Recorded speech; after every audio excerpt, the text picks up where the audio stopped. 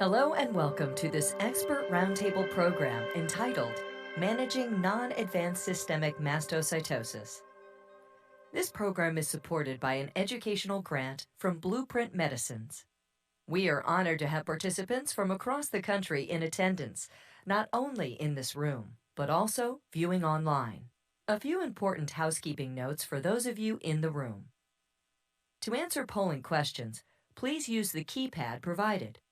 Your responses are anonymous and very important to the outcomes of this program. The information being presented is available online. The link is listed on the card in front of you. This card also provides links to valuable clinical resources, educational activities, and patient testimonials. As part of our ongoing efforts to evaluate impact and refine future activities, please complete and return the evaluation form before you leave. For everyone else joining us online, the system will prompt you to answer polling questions, and the information presented is located on the right side of your screen under the Handouts tab. The evaluation will automatically open in your web browser following the conclusion of the program. Now, let's give a warm welcome to our presenters. Dr. John Fahrenholtz, Dr. Lauren Madigan, and Dr. Anton Retz. Enjoy the program.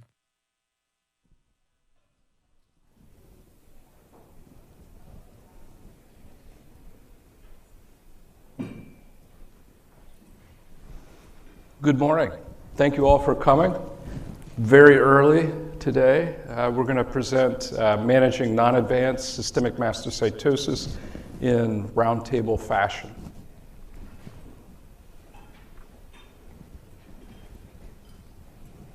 So here are the educational objectives. We're going to go through the pathophysiology, talk about driver mutations and rationale for targeted therapies that have developed and are in development. We'll look at laboratory testing, including genetic tests, making the diagnosis of non-advanced mastocytosis, and go through some recent clinical trials and new treatment options. We will also go through a few cases and discuss treatment based on the presentation of select patient scenarios.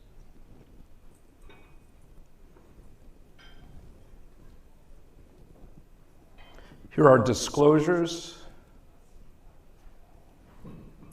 So we're going to start out with a pre-test to try to wake everybody up. And question number one, you can see there, you have audience response clickers at your table, if you can find one.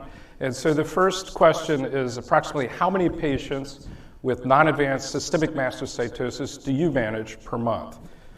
None, 1 to 2, 3 to 5, etc.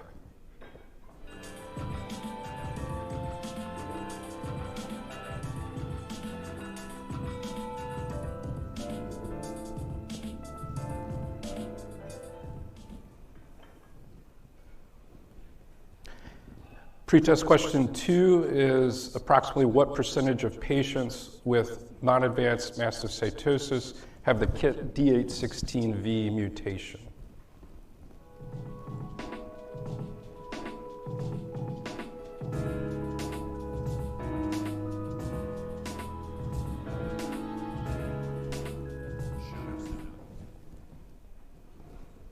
And question 3. So which of the following PCR tests has sufficient sensitivity to detect variant allele fraction of 0.1% of the KIT D816V mutation in peripheral blood samples?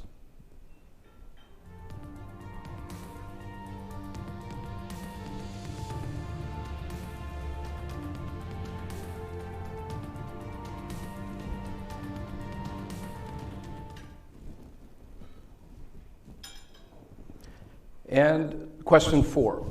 So which of the following tyrosine kinase inhibitors is FDA approved to treat adult patients with indolent systemic mastocytosis?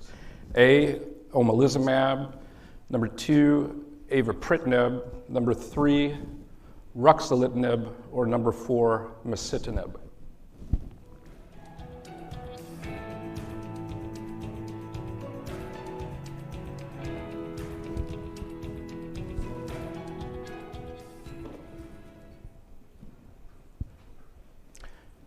All right, pretest question number 5. This is a 62-year-old woman, presents with recurrent urticaria, 1 previous tibial fracture. During her assessment, it's found she often experiences acute abdominal pain, cramping, diarrhea, and flushing. She has previously had an anaphylactic reaction to a wasp sting. Baseline serum tryptase is 19 on 2 separate occasions. Which of the following would be the optimal next step in her care? 1, remeasure serum tryptase level. 2, measure alkaline phosphatase level. 3, assess for KIT D816V mutation in peripheral blood. Or number 4, perform a bone marrow biopsy.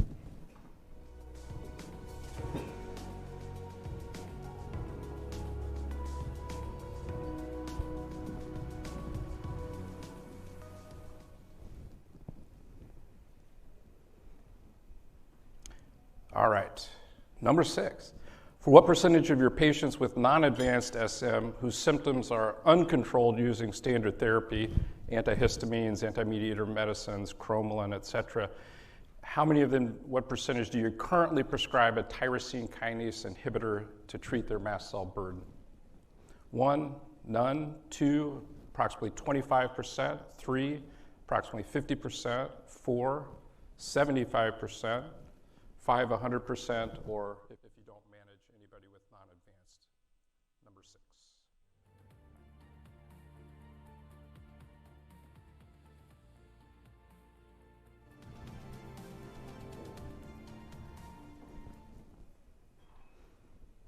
All right, I'm going to pass it on. Thank you. Well, first of all, I wanted to thank all of you for joining us this morning and starting your day with a series of very tough questions. We're happy to be here and talk about the disease that we're all passionate about, systemic mastocytosis. So let's jump right into the definitions. So what is a systemic mastocytosis? Systemic mastocytosis is a myeloid neoplasm. That means that we're dealing with the proliferation of abnormal, genetically abnormal cells. In this case, that would be mast cells that proliferate and then occupy organs. It can be bone marrow. Sometimes it's extramedullary organs such as skin. It's very common. GI tract, spleen, lymph nodes, and so forth. So it's very uncertain how common systemic mastocytosis is, and it looks like the more we recognize this disease, the more patients we actually see. But I think with our current understanding, we suspect about 1 in 10,000 people in the United States and Western Europe are diagnosed with systemic mastocytosis. It is also very important to understand the clinical and morphologic diversity of the systemic mastocytosis. There are different subtypes of this disease that behave very differently. They look very differently as well. So it's quite reasonable to subdivide systemic mastocytosis into what we call non-advanced systemic mastocytosis and alternatively into advanced systemic mastocytosis. This classification in many ways has very important clinical implications. As patients with advanced systemic mastocytosis, they have inferior survival. So if we look into non-advanced systemic mastocytosis, we will see that even within that category, patients can be diagnosed either with indolent systemic mastocytosis or smoldering systemic mastocytosis, or less commonly bone marrow mastocytosis, which is a separate entity recognized by WHO classification. In the new ICC classification, however, bone marrow mastocytosis is considered to be a part of indolent systemic mastocytosis. And in the context of advanced systemic mastocytosis, we have patients with what we call systemic mastocytosis with associated hematologic neoplasm. We have aggressive systemic mastocytosis and mast cell leukemia. So currently, there is not much difference between the incidence of this disease between males and females. And if we just focus our attention on non-advanced systemic mastocytosis, that the life expectancy of those patients is very similar to the general population. So what is at the core of the neoplastic nature of the mast cells? And currently, we believe that it is the KIT receptor that is encoded by by a KIT gene. So KIT receptor is a very important surface expressed molecule in many different types of cells, particularly mast cells. So in the normal mast cells, the binding of the KIT receptor to the KIT receptor ligand will cause dimerization of this receptor, and the signal will be sent to the nucleus of the mast cells. So the KIT receptor will allow mast cells to survive, to proliferate, and to maintain its functional activity. So what happens in systemic mastocytosis is that there is a mutation in the KIT gene, and this is the activating mutation, which means that the KIT receptor does not really need a ligand to be activated. In fact, it stays activated on its own. A very common type of mutation in the KIT gene is a point mutation that affects exon 17, and we know it as D816V mutation. So patients with this mutation, once again, they show activation of the KIT surface receptor, and the mast cells, affected mast cells, will demonstrate increased proliferation, decreased apoptosis, and as a result, they will produce mass-forming lesions. So we'll also remember that mast cells in normal body is a very important component of the immune system, as they can get stimulated and activated, which plays a very essential role in innate immune system. There are different mediators that mast cells provide, and among those would be kind of more specific for the mast cells, such as those mediators that are stored in the mast cell granules. And among those, of course, we remember heparin, tryptase, and histamine. There are also mediators that are a product of arachidonic acid metabolism, and there are also other mediators that are associated with secretion of interleukins. And so there are different environmental stimuli that can actually cause the activation of mast cells, including their degranulation.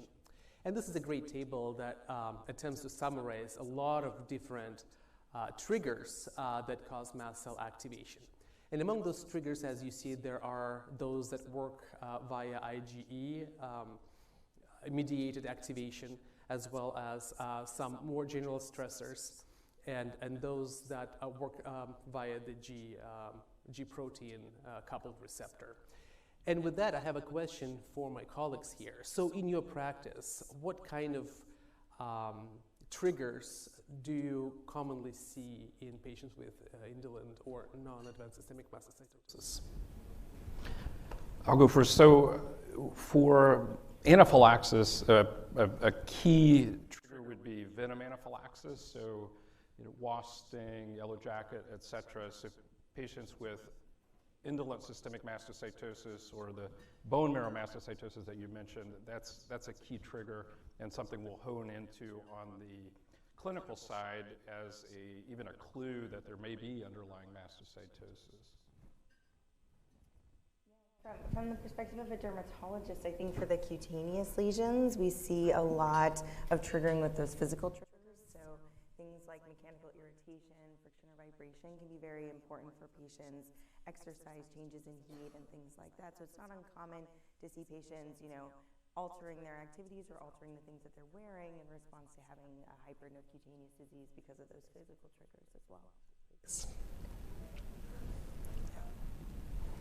Wonderful. So, again, good morning. And my task for the next several slides is just to talk about some of the common signs and symptoms of non-advanced SM that our patients will experience. And we're going to do this through the lens of a case presentation, as our patients often teach us more than anyone else. And I'm going to take you through the lens of how someone would present to me as a dermatologist, which is generally for evaluation of a rash. So the case we're presenting to you is a gentleman named John. He's 25 years old, and he has the gradual onset of skin lesions similar to those pictured here from the literature. And what we see on his cutaneous examination are multiple small, uniform, red to red-brown macules and papules distributed diffusely on his trunk and proximal extremities. And these lesions are highly consistent with what we call monomorphic maculopapular cutaneous mastocytosis, which is a mouthful to say. So we call it MPCM. So monomorphic MPCM is the most common presentation of mastocytosis in the skin in the adult population, so adult onset disease, and has a strong correlation with underlying systemic disease. So it's an important morphology to be able to recognize. Again, these lesions have a predilection for the trunk, proximal extremities, typically sparing the face, palms, and soles. And if you stroke these lesions, we just talked about mechanical stimulation being something that can be an important trigger for flaring, and we use that in the clinic, right? When we stroke the lesions to elicit a Derrier sign, which can be a helpful clinical clue that you're dealing with a mast cell infiltration into the skin. Now you can see that the degree of skin involvement can actually be highly variable among the patients. So if you look at the patient featured there in panel F, I'm not sure anyone's going to miss that rash. That's near universal involvement, but you definitely can have patients like the one featured in A where they only have a handful of fixed lesions. And I think those patients are the ones that require a little higher index of suspicion. I've definitely had patients in my clinic who've been told for years that they have just lots of sunspots, right? So it can be very difficult. And when you have a low burden of fixed lesions, sometimes it's actually the flushing and the hives and the angioedema and the itching that the patient actually describes more than saying, I have these spots on my skin. Now, when we see that, as a dermatologist, my next step is to recognize that mast cells don't only cause symptoms in the skin, right? So there's many clinical consequences of mast cell mediator release. So we get that flushing, that itching, those fixed lesions, but patients can also have cardiovascular effects and respiratory effects. Digestive is very common. Patients complaining of abdominal cramping, diarrhea, and reflux. Sometimes that's refractory to therapy. Neurologic, it's not uncommon for patients to say they have difficulties with concentration, memory, or a sensation of sort of mental clouding. People talking a lot about brain fog.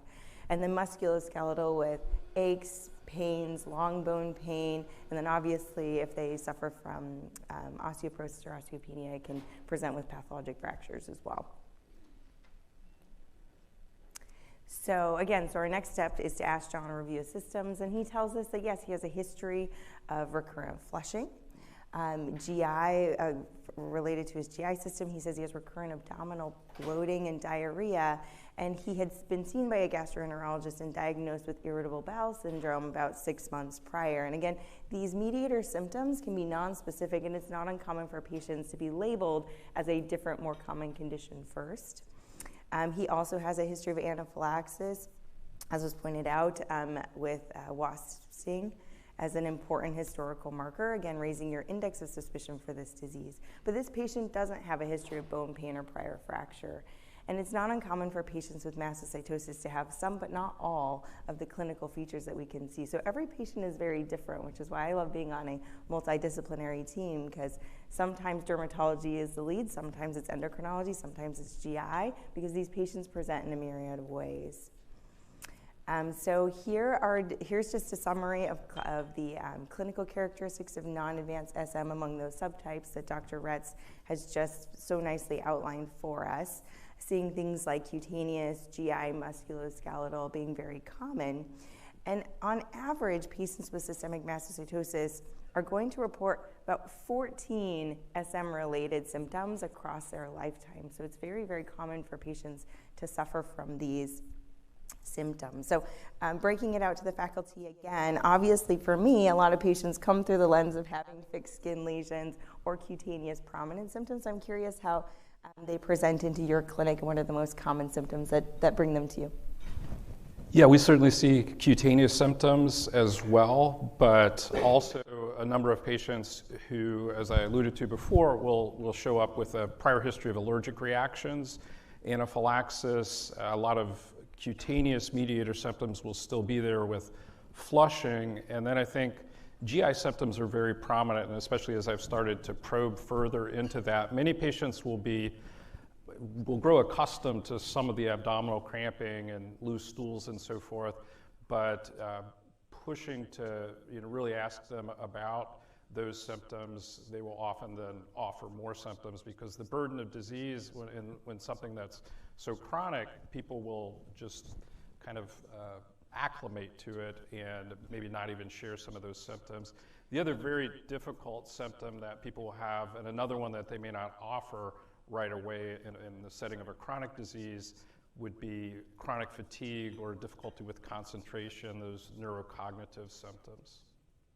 Yeah, I think that's really important. I've definitely had patients say, oh, I have no GI disease, and then you ask them further, and they say, I haven't eaten out in 10 years because if I go eat out, I'll just be miserable. And you're like, that is a GI symptom. And so, yeah, sometimes patients, unless you really ask, they are not going to necessarily recognize it because they have been dealing with it so long, and it can be sometimes very, sort of subacute and indolent, and they don't really recognize it until they reflect back later.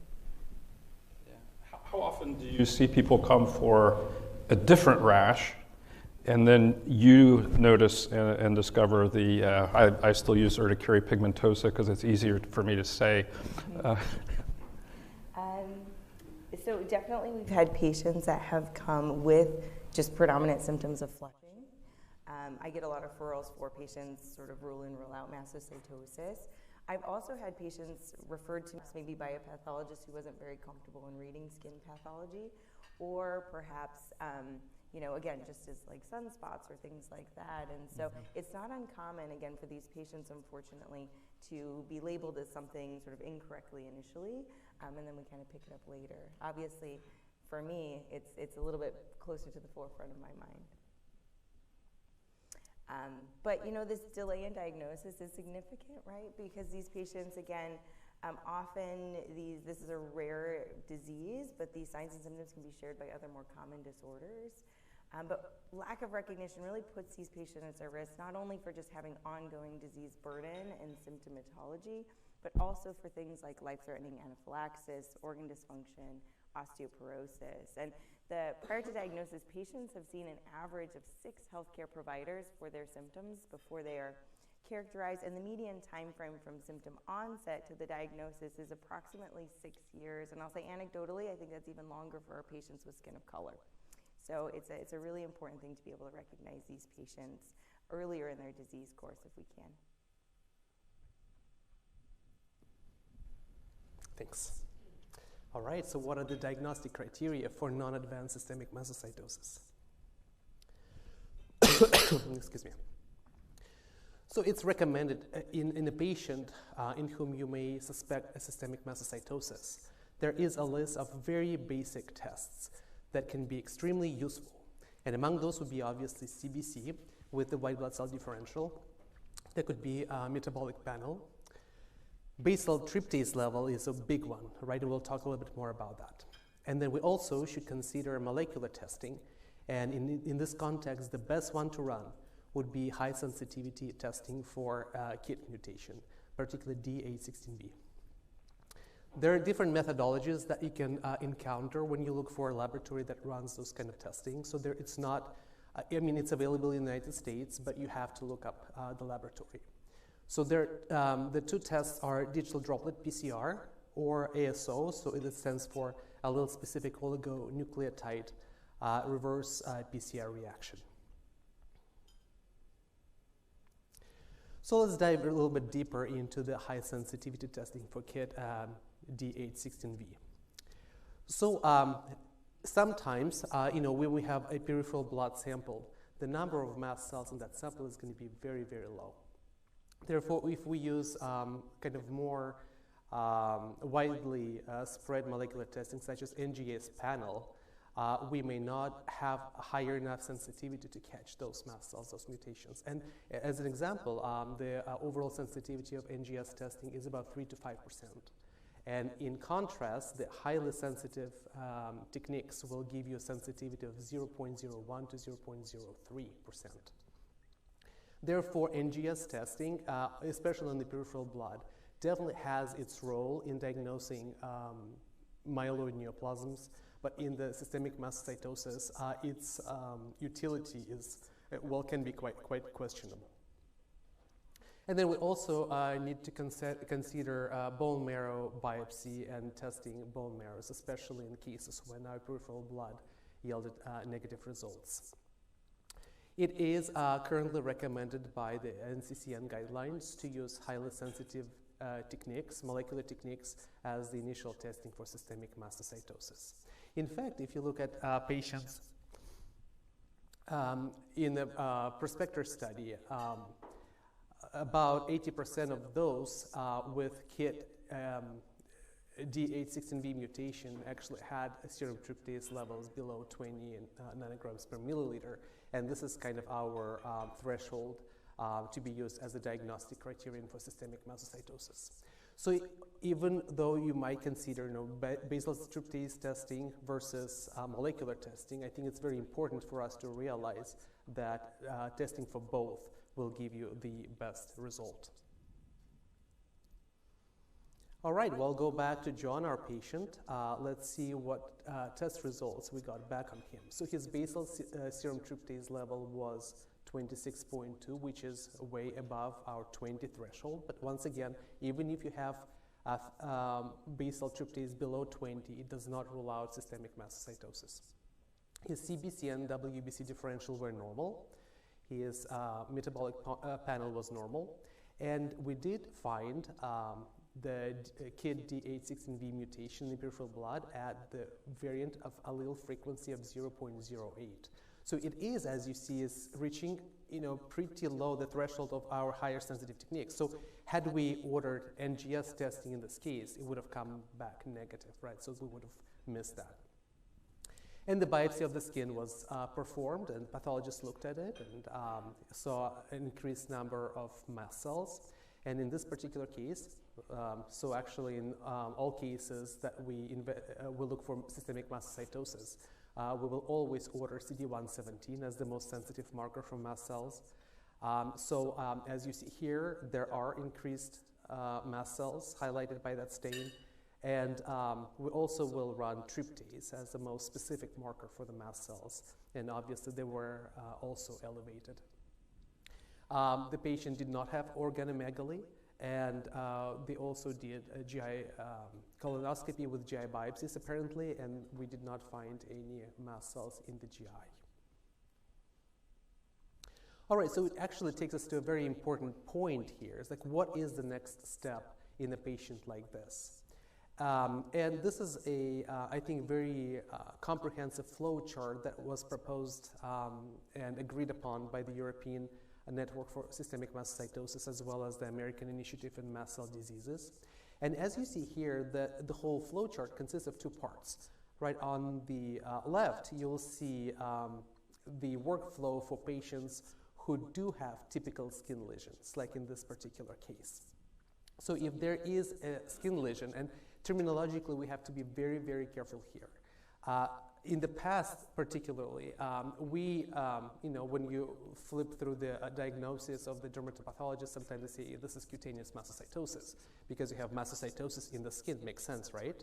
But actually, the correct term in this situation, especially in the context of an adult, would be mastocytosis in the skin, or MIS. So the patient, if he has or she has mastocytosis of the skin, what is the next step? So it's proposed to do KIT D816V mutation in peripheral blood using highly sensitive technique. And then we also can apply what we know as Fuchs score. And Fuchs score will actually tell us what was the probability of a systemic mastocytosis in this particular patient. And depending on that Fuchs score, or if the patient does have detected KIT mutation in the peripheral blood, it's recommended to perform bone marrow biopsy. It is very important to remember that in adults, if there is mastocytosis in the skin, the vast majority of those patients actually have systemic mastocytosis, and we have to make sure that this is something we address in this population.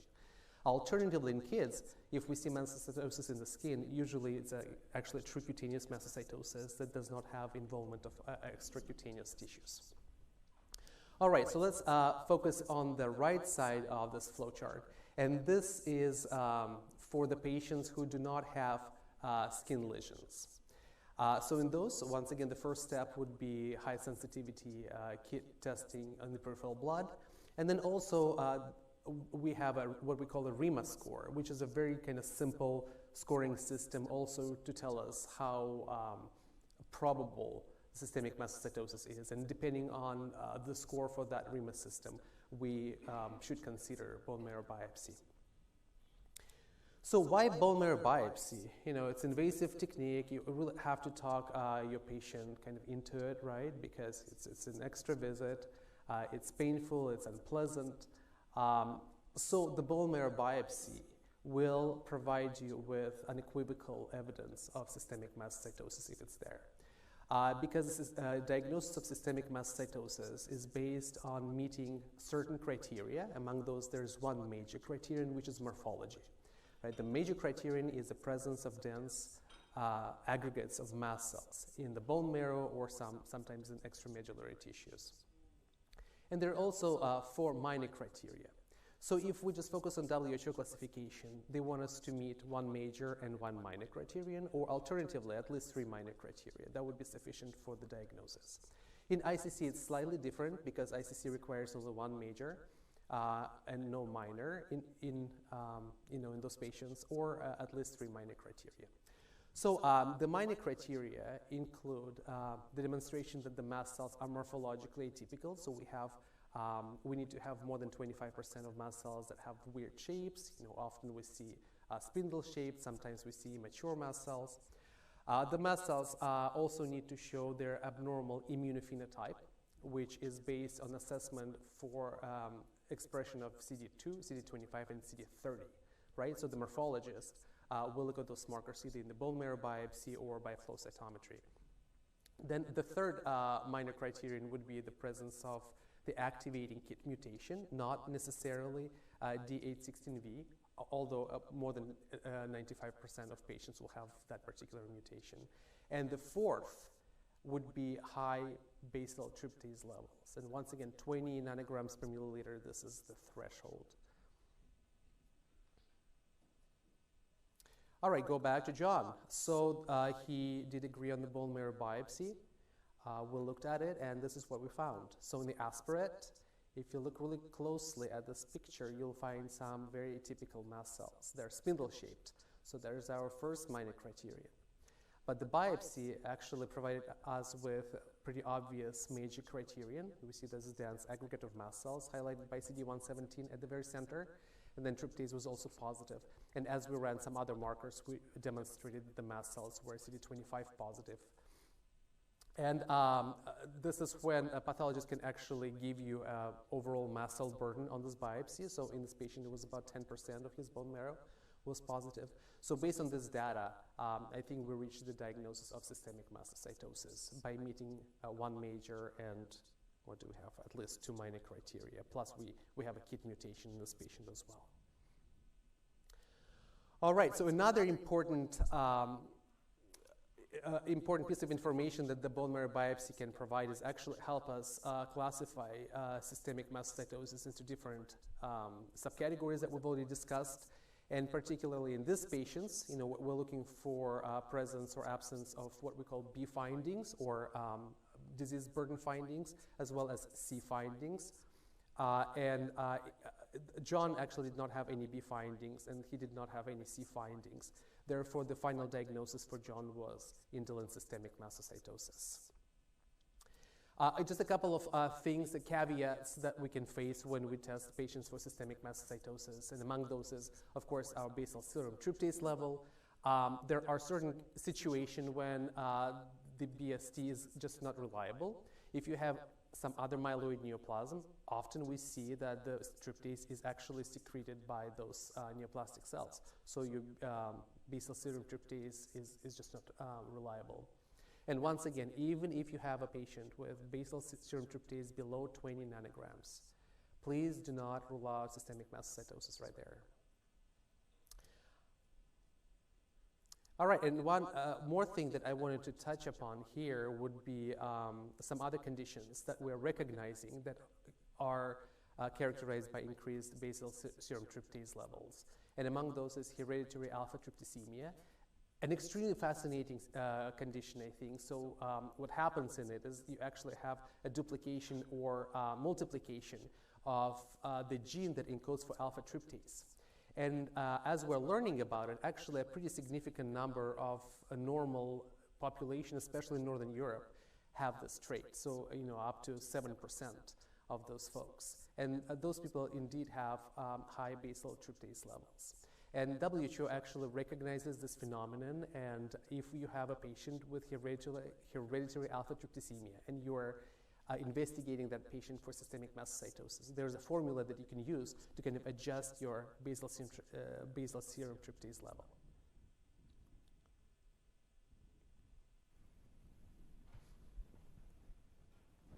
Thank you. Okay, we're going to move to treatment and approach to patients as we make the diagnosis. So how should we treat John? Initial treatment plan here, he's newly diagnosed. He has non-advanced indolent systemic mastocytosis. And here are the NCC guidelines for symptom-directed treatment, which is where we start. And we'll begin in the skin, and first line would be H1 and H2 receptor antagonists. And in skin, I think we think about this, and the way I teach and train our allergy fellows is the approach is really very similar to treating chronic spontaneous urticaria. And we're giving H1 blockers. H2 blockers may help flush to some degree, but I think H1 blockers are our primary treatment there. Leukotriene, as you see, additional treatments. Leukotriene receptor antagonists can be added and also may help with some of the cutaneous manifestations. Aspirin is listed, and that's in the setting of, in particular, elevated prostaglandins. You have to be careful with aspirin and other NSAIDs because, as we know, in particular with chronic urticaria, many people will flare with aspirin. That's also true in mastocytosis, so it could cause symptoms to increase, and that's more of a secondary or a third line, and I always would suggest measuring urine prostaglandin D2 metabolite, and if that's elevated, give them the first dose of aspirin in the office and then try to suppress prostaglandin with aspirin, and that can be very helpful with flushing in that particular situation. Cromolyn sodium ointment, this is something a patient taught me, that can be tried, and initially, at least here in the US, that's not available in an ointment form over the counter or necessarily as a prescription. You can have it compounded, but you could have your patient try just on a few of the urticaria pigmentosa or the cutaneous lesions, cromolyn from the over-the-counter nose spray. So Nasal Crom has it, and I'll have people just try that on a few lesions. If it helps, then move forward with a cromolyn ointment through a compounding pharmacy. So GI symptoms, first line is H2 receptor antagonists, and so medicines like famotidine and starting perhaps at 20 milligrams twice a day, increasing that to 40 milligrams twice a day. And then if that's not controlling people, that's when I'll move to cromolyn, oral cromolyn sodium. And the trick there is you have to start low and titrate up. Otherwise, you'll cause worsening of cramping and abdominal discomfort. Again, I learned that the hard way with one patient, but yeah, start slow, a half of a vial a couple times a day, and then you can increase to 2 vials 4 times a day, and that is often very helpful as well. Again, leukotriene modifiers and ketotifen are listed. Neurologic manifestations, cognitive, headache, concentration, those are very difficult, and honestly, we have H1 and H2 receptors antagonists there, but I don't find that they're very helpful in most patients unless it's a patient who has a lot of flush. And so people who flush a lot, you treat them with H1 and or H2 and they get better, then some of the cognitive symptoms may improve. I've not seen cromolyn, aspirin necessarily, or ketotifen help much. So that's really one of those unmet need areas with our anti-mediator medicines. Cardiopulmonary symptoms, again, we're doing the H1, H2, and then you can see there corticosteroids. We really want to avoid, especially long-term corticosteroids. I don't think there's any place for them in the long-term management of mastocytosis, but perhaps short-term in the setting of recovery from anaphylaxis or a very severe flare in some other form. And then always remember omalizumab, and that can be used off-label successfully in prevention of or decreasing severity overall of recurrent anaphylaxis in this patient group. And we've already mentioned venom stings and anaphylaxis, and it's an absolute indication for venom immunotherapy if you have somebody IgE sensitized to venom with a history of a reaction. And interestingly, rush desensitization with venom can be better tolerated than standard buildup with venom, which is kind of the opposite you'd think. And with aeroallergen immunotherapy, we definitely see more systemic reactions with rush, but it turns out there's data that the opposite seems to be true with venom. So look up that rush venom protocol. And it can be difficult to get patients to a place where they are able to tolerate, and this is another place where omalizumab therapy can help bridge you to a place getting to maintenance with your venom immunotherapy. Also, we see the osteopenia and osteoporosis, so that's a key thing to remember in patients who have non-advanced mastocytosis, that they tend to have increased resorption of bone, increased osteoclast activity, and so checking DEXA scans and then treating appropriately is really critical. And I'm going to pass on to my colleague here for deep dive into the skin. Right. So your point is exactly right in that a lot of times our toolbox is fairly similar for these patients, right? So we're reaching for the antihistamines, the leukotriene receptors. I actually reach a lot for omalizumab in my patients as well, even though it's not specifically listed here in the skin section. And so a lot of the times, a lot of the therapies that we're using, whether the patient encounters me, our hematology oncologists, or our allergists, are actually very similar and very coordinated between us. I think one thing that sometimes becomes a question from skin-directed therapy is phototherapy, which is not on this list. It's probably housed more by your dermatology colleagues. And there is some data for benefit with use of UVA1, classically PUVA, though that has really fallen out of fashion and out of practice for these patients, as well as narrowband UVB phototherapy. I think the tricky thing with phototherapy can be that in some patients it can be helpful for getting control of their symptoms, particularly patients who have a really high burden of cutaneous disease. It can be helpful for itch. But patients tend to recur as you pull them off therapy. And there's some data to suggest that patients with mastocytosis may be at a higher risk of cutaneous malignancy. I think a lot of that might be just detection bias, so we have to be mindful of that. We're doing full skin exams on these people and we're finding things like melanoma. But it has led to some pause in kind of recommending long-term phototherapy for these patients, but that's sometimes something that our allergists or hematologists will send patients to me and say, is this a patient that we could maybe consider some phototherapy for a period of time? So from a dermatology perspective, that can be really something that we can add as well. Great. Okay, already alluded to this, but anaphylaxis management is key even in a patient who has not had a prior anaphylactic reaction. All patients should have a prescription for self-injectable epinephrine. This slide points out that this newer classification of bone marrow mastocytosis, those patients may have higher risk of anaphylaxis, and I do think we see that. This, in my experience, has been the patient that presents having had a severe life-threatening stinging insect reaction where they've had cardiovascular involvement, may have passed out, it may have been life-threatening, and that may have been their only symptom. And so we've diagnosed a few patients with systemic non-advanced mastocytosis, this bone marrow mastocytosis based on that, but always arm your patients with epinephrine autoinjectors. And again, we've already mentioned omalizumab, adding that to the treatment plan in this setting.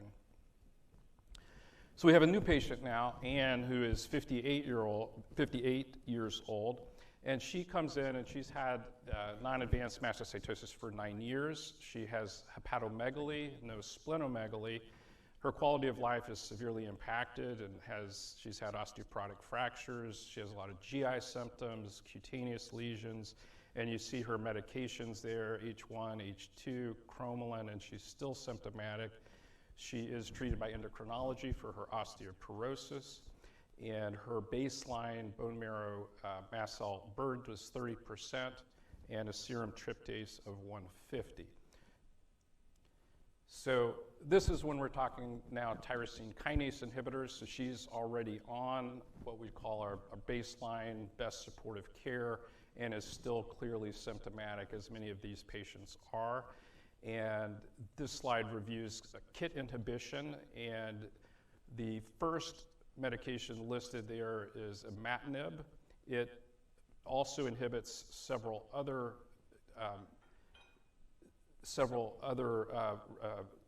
entities with PDGFR in particular, and it doesn't have activity against the D816V mutated KIT. So that's the big limitation with imatinib. Midostaurin came along and does inhibit D816V, and now we have selective inhibitors, or really targeted inhibitors for D816V, and the FDA-approved treatment is the avapritinib. Elenestinib and bezuclastinib are in clinical trials. So the targeted therapies are available, and that's the next step, going to those in the setting of somebody who's not well controlled with anti-mediator treatment. So there is risk of bleeding and thromboembolism, and there also are a group of patients that may have more risk of progression, and they may be more likely to have some other atypical KIT mutations. We hope that the TKIs and treatment there will be helpful in reducing or preventing anaphylaxis, and there's some data to suggest that, but we don't have that evidence definitively at this point. So this is avapritinib. It was approved about 1.5 years ago for the treatment of non-advanced mastocytosis, so we're gaining more and more experience with it, and safety data now goes out, I believe, to 96 weeks. It targets KIT, and it does specifically target D816V mutated KIT, so it gives it high activity against this most common mutation. And the primary endpoint was mastocytosis total symptom score, and the main domains there were skin, GI, and neurocognitive, and it was significantly better than placebo in reducing those symptom scores. And again, all these patients were on those anti-mediator treatments at baseline. So all these people were taking typically H1, H2, some were on Xolair or omalizumab, and were still symptomatic, and so they were randomized either to avapritinib or placebo and had significant improvement with avapritinib. Secondary endpoints are looking for evidence of decreased mast cell burden, which we're seeing decreased serum tryptase. So on the left-hand side, it's patients achieving, on the y-axis, greater than 50% reduction. The x-axis has serum tryptase, bone marrow mast cell aggregates, the KIT VAF, and then symptom scores. And you can see that bone marrow aggregates, tryptase, and the KIT VAF are decreased greater than 50% across the board. And you see reduction again in the total symptom scores. And over the longer term treatment in open label, people were needing fewer anti-mediator therapies and were more symptomatically controlled. So the recommended approved daily dose is 25 milligrams, just once a day, empty stomach. Not recommended if platelet counts are less than 50. If platelet counts are less than 50, we're probably in the setting of advanced mastocytosis, or our hematologist should be taking care of those folks. And you have to watch out, there are CYP3A inhibitor inducer issues here, so it is a strong to moderate inhibitor. Adverse events have typically been edema, not angioedema, but some puffiness under the eyes and mild peripheral edema. Photosensitivity is an issue. There hasn't been increased bleeding in the indolent systemic mastocytosis patients with avapritinib. There was some bleeding seen in the advanced group at 4 times higher dose or higher. But you do have to be aware that tyrosine kinase inhibitors can be associated with bleeding, and consider that in your long-term monitoring of symptoms. There's no specific recommendation on lab monitoring in the package insert, but generally speaking, a CBC and a CMP within a couple months of starting therapy, and then 3 to 6 months thereafter. There are investigational agents that are listed here, and I'm going to go into a couple of these that have a bit more data. So elenestinib is also a tyrosine kinase inhibitor. It also targets D816V, and it has limited CNS penetration and is more focused on the D816V mutation and not hitting as many of the potential off-target. So the hope would be in increased efficacy, perhaps related to being able to increase the dose somewhat and have fewer side effects. So this study actively enrolling. There's just some preliminary data. They're doing a dose ranging study. So the bottom right-hand corner, you can see decreases of tryptase level, 25, 50, and 100 milligrams. Likewise with the KIT variant allele frequency, bone marrow mast cell aggregates, and the total symptom score. Bezuclastinib is also in clinical trials. Summit is now in phase 2. It's another tyrosine kinase inhibitor. It has minimal CNS penetration, and it is, again, a very selective inhibitor. So this product has gotten through and published in abstract form 24-week open treatment. Enrollment has recently closed, so they have their full cohort of patients. And with the 100 milligram and 150 milligram doses versus placebo, again, a similar story. There's decreased symptoms and decreased mast cell burden. All right. Next, we're moving to the role of multidisciplinary management. Yeah, so multidisciplinary management is not, something that's foreign to this group of patients, as compared to patients who don't have systemic mastocytosis. Their healthcare utilization is generally much larger numbers of hospital admissions, emergency room visits, particularly in the setting of things like anaphylaxis or urgent care, and then a high number of referrals or visits to specialty providers, with greatest increases, not surprisingly, hematology, oncology, allergy, immunology, dermatology, and gastroenterology, again, aligning with those diseases that we see predominating. In terms of who is sort of the primary disease manager, the quarterback for these patients, it generally falls to allergy immunology, which is why we're here, as well as some patients with their internal medicine internists, and definitely many patients being managed by hematology oncology as well, with a smaller piece of the puzzle that are kind of predominantly managed by dermatology, gastroenterology, endocrinology. And so it's really important to be able to integrate, between these specialties. Like I mentioned, one patient may have really, really prominent osteoporosis and really need that expertise, where another patient may have none. And so really tailoring the team to the patient is very important, because not all of these patients are going to need the same cohort of physicians. And if you have a group that has expertise in this disease, then, you can have the flexibility to be able to say, okay, your GI symptoms are prominent, we're going to send you to our gastroenterologist who's very comfortable in managing this condition. So in moving forward for John, coming back to our first case, now we have a diagnosis of indolent systemic mastocytosis. Say he's relatively stable and well controlled. What sort of monitoring and education does John need as well? And I think in general for patients with stable ISM, monitoring is recommended every 12 months for stable smoldering systemic, every 6 months. Again, to change a little bit depending on if they're on these therapies, right? We just talked about monitoring being a little bit different when you're on specific therapy. But in general, things we're looking at are the serum tryptase level, the variant allele fraction, as Dr. Retz was mentioning, a CBC, CMP. We're definitely doing a physical examination, including looking at their skin lesions, but also, as I mentioned, with that concern for an increased risk of potentially cutaneous malignancy, just a general skin exam in general.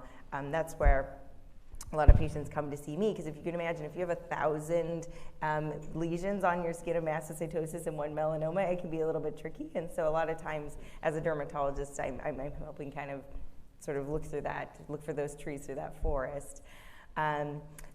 Asking patients about their symptom burden, using specific quality of life metrics or patient-reported outcomes can be very helpful. Again, this is a disease that carries a lot of burden on the quality of life, so using some of those tools can be helpful in monitoring patients from that perspective. And then we already mentioned DEXA scanning being very, very important in making sure that we're monitoring these patients for osteopenia or osteoporosis. And again, if the patient has laboratory results or symptoms that are changing, adjusting this to meet the needs of that individual patient are really, really important. So I just want to throw this to the faculty. Anything here in terms of how you monitor patients or what you recommend for patients that is similar or different? Yeah, I think very similar in terms of my approach to monitoring. I historically had monitored CBC, differential CMP, and total serum tryptase level. I think as we're learning more about monitoring of the KIT D816V VAF, I've incorporated that as a standard test probably once a year, depending on where the patient is in their disease process. And I think just mentioning that I think it's common practice, but if somebody has a change in severity of symptoms, findings, then checking labs more frequently. But this is a good list that I think is very standard and provides a good foundation. Yeah. I usually see those patients in context of hematology oncology service. So obviously it's very important for us to see if there's any changes in CBC and maybe some new clinical findings in those patients. We really have to look into it to make sure that there's no progression of the disease, or perhaps emergence of some other myeloid neoplasms that were initially not either recognized or were subclinical. Yeah. And I think this speaks to also proper characterizing these patients. So I have a young gentleman in his 30s that actually developed a pathologic fracture, a young man in his 30s, because he was seen by a dermatologist, biopsied, had mastocytosis in the skin, had a tryptase level of 18, and was told, you just have skin-limited disease, that tryptase is less than 20, you're fine. Never had DEXA monitoring, so was developing osteopenia and osteoporosis, sort of unrecognized until he was sent to our referral center. So this is another reason why it's really important to be able to identify systemic disease for these patients, because we think about them maybe a little bit differently. For our patients as well, there's a lot of resources that are available, both resources on the disease and on the treatments that we talked about, but also some things like the Mast Cell Disease Society or a Genetic and Rare Disease Center that can help link patients with other patients. With rare diseases, it can be a very lonely feeling space, and so being able to connect patients with community can be really helpful. There's also some wonderful organizations here, and so we have this clinical resource center listed for any of your patients who are interested in learning more about their disease or engaging with other people that have mastocytosis, which can be really a really meaningful community for them.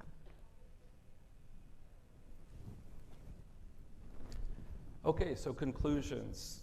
Pathophysiology of non-advanced systemic mastocytosis is complex. The clinical presentation varies, which is a really key point. Every patient tends to be somewhat different in terms of key symptoms and what may be bothering them the most. High sensitivity assays in peripheral blood, making sure you do the high sensitivity assay. Traditional management, largely preventive. Multidisciplinary management is essential. Avapritinib is the FDA-approved medication, tyrosine kinase inhibitor that targets the D816V mutation. And then patient educations, as we do regarding triggers, risk of anaphylaxis, are necessary and certainly help with the burden of systemic mastocytosis.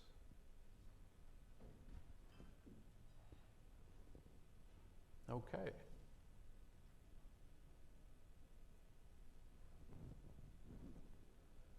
Post-test. Now or questions first? Post-test. All right, here we go. What percentage of patients, non-advanced, have the KIT D816V mutation?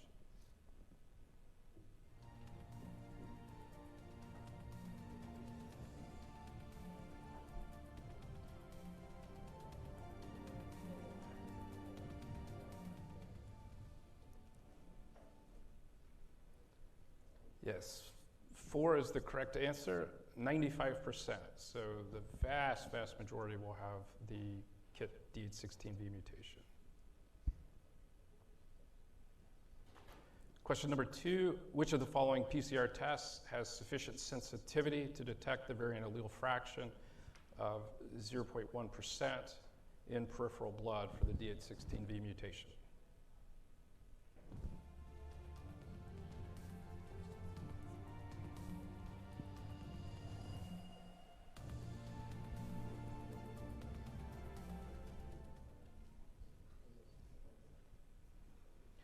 Yes, droplet digital PCR.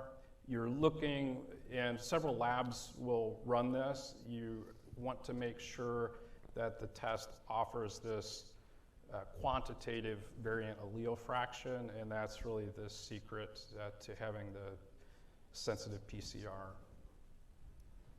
Which of the following tyrosine kinase inhibitors is FDA approved in the treatment of adult patients with indolent systemic mastocytosis?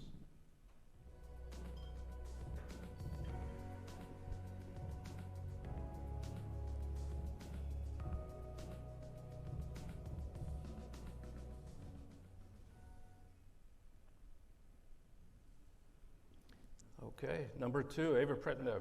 That is correct. Excellent. Question 4, 62-year-old woman, recurrent urticaria, a tibial fracture in the past, found that she experiences acute abdominal pain, cramping, diarrhea, and flushing. Previously had an anaphylactic reaction to a wasp sting. Serum tryptase is 19 on 2 separate occasions. And which of the following would be the optimal next step in her care?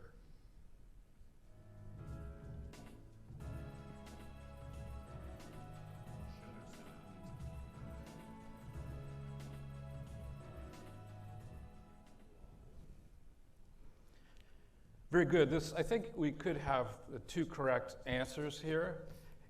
The assessing for the KIT D816V mutation in peripheral blood is probably the optimal next step, in that you can obtain it in your office and you don't have to arrange the bone marrow biopsy. But most of the time in a patient like this, you're going to do both, and actually you would, so the tryptase has been repeated, so you have that times 2, so you're set there. Alkaline phosphatase as a part of your general lab work is important, the peripheral KIT mutation, but most people will also need a bone marrow biopsy. And you could argue that if you're going to do one or the other between 3 and 4, that you should do 4. So both are correct. What percentage of your patients with non-advanced mastocytosis with symptoms uncontrolled will you now prescribe a tyrosine kinase inhibitor to treat their mast cell burden?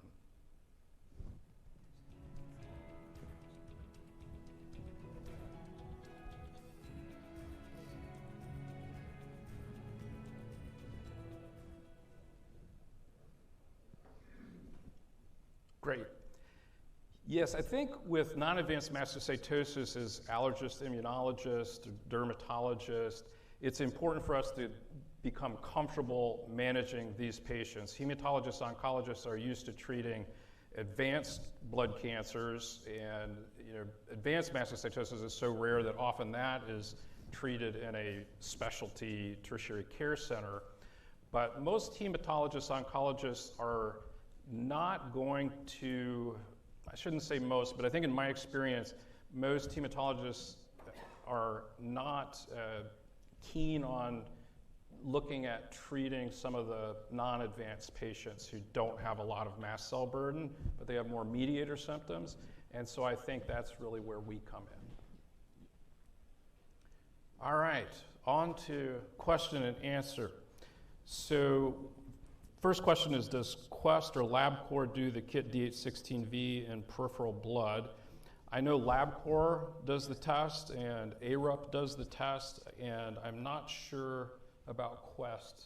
I'm not sure about Quest either. This morning they gave us a test code for Quest. Quest? Excellent. Okay. Okay. And next question, should we be thinking about ISM in CSU patients who do not respond to omalizumab? Excellent question. in general, chronic urticaria is not found in systemic mastocytosis. So generally speaking, no, but still having that high index of suspicion, certainly if we've missed urticaria pigmentosa and that's why it's not getting better, then we should be thinking about it. But generally speaking, chronic urticaria patients are separate. If there's anaphylaxis, that's when I think we should be thinking about it. What are your thoughts in that situation? Yeah, I was going to say the same. I think if the patient has a history of anaphylaxis, particularly venom anaphylaxis, some of those other key features that increase our suspicion, I've definitely had patients sent to me for urticaria that have fixed skin lesions and flushing. So they're getting like itching and flushing and urticating from their lesions, but they actually really don't have urticaria. So but in your standard urticaria patient, I think asking for some of those things that would be more specific for mastocytosis can be helpful in risk stratifying, so particularly venom anaphylaxis. Yeah, if there are no other associated symptoms that's been isolated cutaneous, then you probably don't have to delve deeper. But if other symptoms show up, then it certainly doesn't hurt to send a peripheral blood kit and a serum tryptase. Next question, how does presentation and evaluation for mast cell activation syndrome differ? And what percentage of CSU patients actually have ISM? Because that's a bit of an overlap there. But the presentation, in my experience, mast cell activation syndrome, they have more diffuse, broad symptomatology, but it's very similar. So really in our mast cell activation syndrome patients, we need to be thinking and screening for systemic mastocytosis. The key difference in my experience overall is that the systemic mastocytosis patients tend to have more smoldering chronic symptoms, GI, cutaneous. Fatigue comes up all the time in pretty much everybody we see, I think, in particular. So I don't find that the neurocognitive symptoms differ much, although there's a set of mast cell activation syndrome patients, I think, that have more neurocognitive symptoms than our mastocytosis patients.